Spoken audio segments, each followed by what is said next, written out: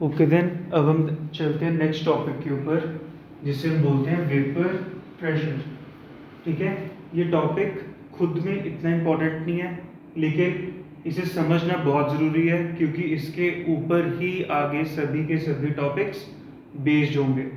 तो हमने सीखना है वेपर प्रेशर क्या होता है।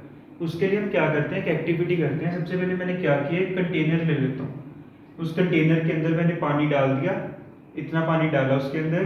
ठीक है, फिर मैंने क्या किया, उसे हीट देना शुरू कर दिया।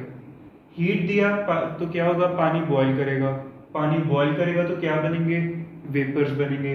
वो वेपर्स कहाँ जाएंगे, ऊपर को जाएंगे, स्टीम बनेंगी। लेकिन मैंने उस कंटेनर को क्या रखा हुआ है, उसकी लिड को क्लोज रखा हुआ है बिल्कुल। उस कंटेनर में से कुछ भी चीज़ बाहर नहीं जा सकती। ऐसा करते करते क्या होता है, एक पॉइंट आता है कि जो मॉलिक्यूल्स इवेपोरेट हो रहे हैं और जो मॉलिक्यूल्स कंडेंस हो रहे हैं। कंडेंस क्यों हो रहे हैं, क्योंकि वो मॉलिक्यूल्स यहाँ पे जाते हैं, फिर ठंडे होते हैं, फिर नीचे आते हैं, फिर यहाँ पे जाते हैं, फिर ठंडे होते हैं, फिर नीचे आते हैं। तो एक पॉइंट आता है, इवेपोरेशन और कंडेंसेशन, उनके मॉलिक्यूल्स का नंबर बिल्कुल सेम हो जाता है, वो इक्विलिब्रियम पॉइंट आ जाता है वहाँ पे।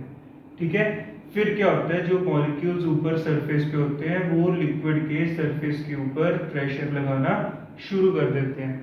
वो जो प्रेशर होता है ड्यू टू वेपर्स, जो लिक्विड के सरफेस के ऊपर एक्यूमुलेट हो गए, इकट्ठे हो गए। क्यों, क्योंकि वो लिड बंद नहीं थी और हम कॉन्स्टेंटली हीट दे रहे हैं, उसे हम क्या बोल देते हैं, वेपर प्रेशर।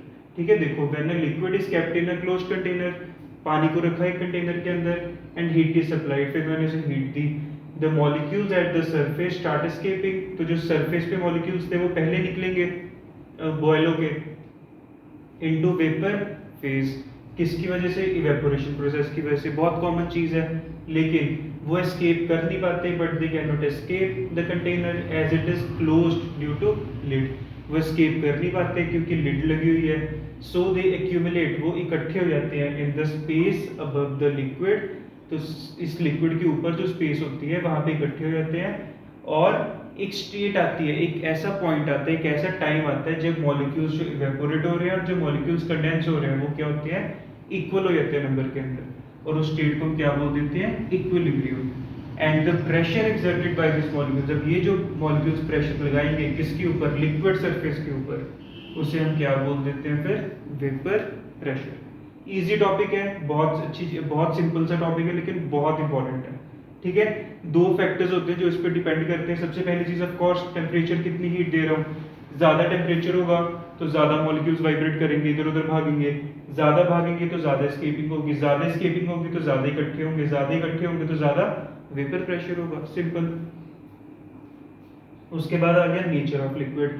अब नेचर ऑफ लिक्विड, जो मैं यहाँ पे लिक्विड डाल रहा हूँ मैं, वो भी होता है कि कल को अगर मैं ईथर डाल रहा हूँ, ठीक है, या फिर मैं कोई कार्बन कम हाइड्रोजन बॉन्ड वाला कुछ डाल रहा हूँ, तो उस हिसाब से अगर उनके बीच की जो मॉलिक्यूल फोर्सेज है बहुत ज़्यादा स्ट्रॉन्ग है तो वो थोड़ा ज़्यादा टाइम लेंगे टूटने में, या फिर टूटेंगे ही नहीं। अगर वो बहुत ईजिली टूट जाती हैं, फिर हीट दूंगा, इधर से ईजिली टूटेंगी, ऊपर जाएंगी, प्रेशर लगाना शुरू कर देंगी।